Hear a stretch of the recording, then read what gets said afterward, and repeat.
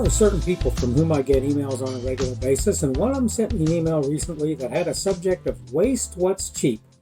I respectfully submit to not just the author of the email, but to everyone the better answer is, where possible, don't waste at all. This is, in my mind, a base tenet of conservatism. Hello and welcome to the Daily Summation from Kurt's Religion and Politics. I'm your host, I'm Kurt. Today is Tuesday the 19th of January of 2021. Welcome to everyone who I am getting visits from on Rumble, who is listening to me on the podcast, and who is potentially watching me on YouTube as well. And the subject of today's video and podcast is waste. There's a quote that is credited to Benjamin Franklin. I'm pretty sure it came into existence far before his time. It certainly is as true today as it was at the time that it was said. I'm going to put that up for you now for you to look at, for those of you who are watching the video. For those who are not, I'm going to go ahead and read it here, so don't worry, you'll get to hear it if you're on the podcast. The quote is this: "For want of a nail, the shoe was lost. For want of a shoe, the horse was lost. For the want of a horse, the rider was lost. For the want of a rider, the battle was lost. For the want of a battle, the kingdom was lost. And all for the want of a horseshoe nail."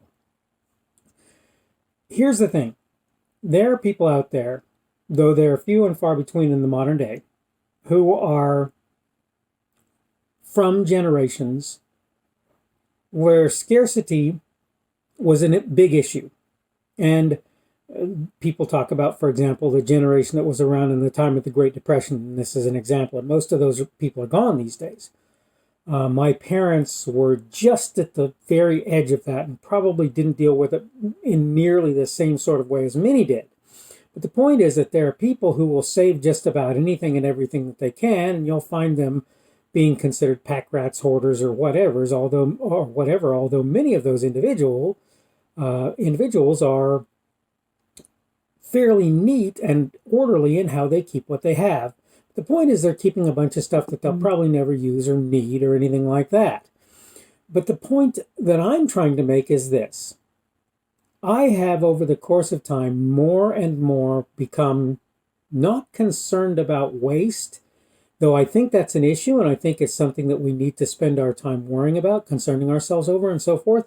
But actually, the thing about it to me is, you can't help but realize that if you waste things, that where you generate waste as a result of using things, potentially, when you waste things, the other thing that you lose is whatever resources are used to make them come into existence in the first place. And further, you make it so that things that replace them need to be created or come into existence as well, and so you lose all of the resource that's being made for that.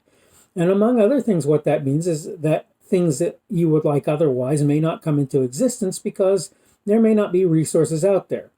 You'll hear people talk in economics about the idea of finite resources, and I used to think that this was a rubbish idea. I used to think this was a rubbish idea. It's not a rubbish idea. Why is it not a rubbish idea? There's plenty of dirt out there, right? Tons of dirt out there. So if you want, you can go lots of places and just take you a shovel and shovel dirt into a bucket and carry it away. But the problem is, unless you have the time and the effort to devote to finding the kind of dirt that you want, you're going to typically expect somebody else to do that job for you. And they're going to have so much time and so much effort to apply to it. And if you think it's just about dirt, the same thing is true for wheat, the same thing is true for carrots, the same thing is true for eggs and steak, right? For car parts being made, for the raw materials for making the car parts, for putting the car parts onto cars, and so forth. Every resource, not every resource, every processed resource typically is limited, is finite. You don't just have as many resources as you think you want. Or, well, you may, but my point is, if you do, it's because somebody's taken the time to make those resources available to you, and they're still finite. There's still a limit. You can't just constantly abuse and use those resources and expect for them to keep being there. And I'm not even talking about dirt going away at the dinosaur, no more dirt. I'm not talking about us not having oil to make petroleum or gasoline or whatever. What I'm talking about is, excuse me, what I'm talking about is the fact that those resources must be processed. And that's on top of the fact that you are throwing stuff away and that stuff is going into a landfill or at best into a recycling facility for it to be recycled. But like I say, totally ignoring that fact. If we totally ignore the fact that you toss stuff out, it goes into the landfill gets filled with stuff that takes quite a while to break down. If you totally ignore that fact, okay, still, the resource had to come into existence in the first place. And again, when it came into existence, it meant that some other resource may not have been available as a result. And this is one of the reasons, by the way, why command economies don't work, is because you have people who are trying to control where the resources are going, and that's not the easiest thing in the world to do.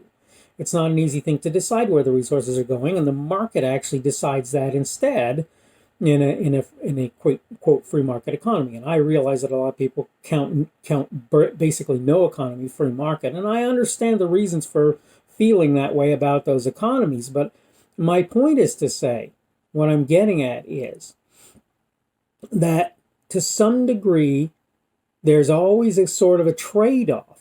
If they make the bottle for my bottled coffee, then they're not making maybe as many window panes as they would have made. Whatever it happens to be, I'm not saying that that's an absolute correct assessment or assertion on my part. I'm just saying something's got to give in some senses. Maybe you have enough resources to do everything you want to do. Maybe, okay. But I look right now at what's happening in the food supply chain, if you will, and I see that there are things that I'm expecting to be able to get on a regular and ongoing basis, and I'm having a hard time doing that. And it means that I'm even less prone to waste than I was before such things started happening, right? My point is really pretty simple. When you're wasteful, you make it so that A, things like landfills getting filled up, B, recycling facilities getting overrun, C, things not getting made that should be made, that you might want, become realities. They become realities. And that's whether or not you're wasting money, whether you're wasting time, whether you're wasting resources of various other kinds. I'm not saying that there won't be a certain amount of waste in life, but I am saying this. The idea of wasting what's cheap might bite you in the backside, okay? For want of a nail. That's all I got to say about that. If you think that that you can just waste any resource and it's going to be infinitely available just because it's cheap. In fact, the fact that it's cheap may make it so that that particular resource is less available than something that's more expensive, because it's harder for people to come by the resources to actually acquire the thing that's more expensive. So diamond rings may never end up being a problem. On the other hand, carrots or bread or hamburger meat or whatever, that may end up being a problem indeed. It may end up being a problem for you in reality, right? So waste what's cheap. Yeah, I get the sentiment, and I don't think it's entirely wrong, but I do think that if you can do it, the better answer is don't waste. I don't think that it should be a thing for people to consider normal or proper to waste. I think that you should be careful to not do it wherever you are able to not do it. And I think that if you do it, you should realize that the ultimate result may not be what you expect, even for something that you see as being ubiquitous in nature, right? Yeah, it may be ubiquitous in nature, but that doesn't mean you're wasting it won't cause problems in the long run. All right, I'm running out of time, so I'm going to go ahead and close this down. I'm a little bit scattered today, not really sure why that's true, but thank you for hanging on through what I've had to say. And again, I'm going to say the same thing again. Yeah, okay, waste what's cheap, great, but better yet, don't waste it all. All right, Hoping you're having a good day. Today is Tuesday. For a lot of people, it's the start of the work week because of the holiday that happened on Monday. For other people, they've been working through Monday, and I recognize that, and I appreciate you folks who have done that. Today is, again, the 19th of January of 2021. That means tomorrow will be the 20th of January of 2021, and hopefully we'll see you in the daily summation that I do on that day. Again, it's, I say hopefully a lot at the end of my videos because I truly do hope that the things that I say are true for you, that you're doing well, that you're having a good day, that things are going well for you in general. These are all things that I hope. And the last thing that I hope I almost always include is I hope that I will see you again tomorrow. The speaker on this edition of the Daily Summation is Kurt Schubert. This video was recorded on Tuesday, the 19th of January, 2021. The Daily Summation is created for Kurt's Religion and Politics.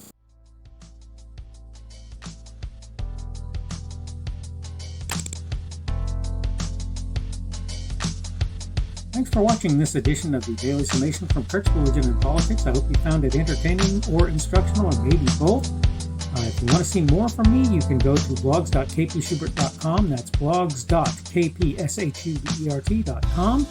I am on Twitter, Parler, and Minds.com. My handle on each of those is @kpschubert. That's @kpschubert. I have a Rumble and a YouTube channel. They are the Kurt's Religion and Politics channels on Rumble and YouTube. I have a Facebook page. The Facebook page is Kurt's Religion and Politics as well. I am on Patreon. If you want to support me, that's one of the better places you can do that. And you will find me at Kurt's Religion and Politics on Patreon. I have a podcast. The podcast is podcasts with an S, .kpschubert.com. That's podcasts.kpschubert.com. I think you should be able to find me with relative ease on Apple Podcasts, Google Podcasts, and Spotify as well. The best way I find to do that is to look for Kurt's Religion and Politics. You can try to use the Daily Summation. I find that it doesn't work as well as a general rule, but you can always try that. I'm glad to have you aboard today, and hopefully we will see you again tomorrow.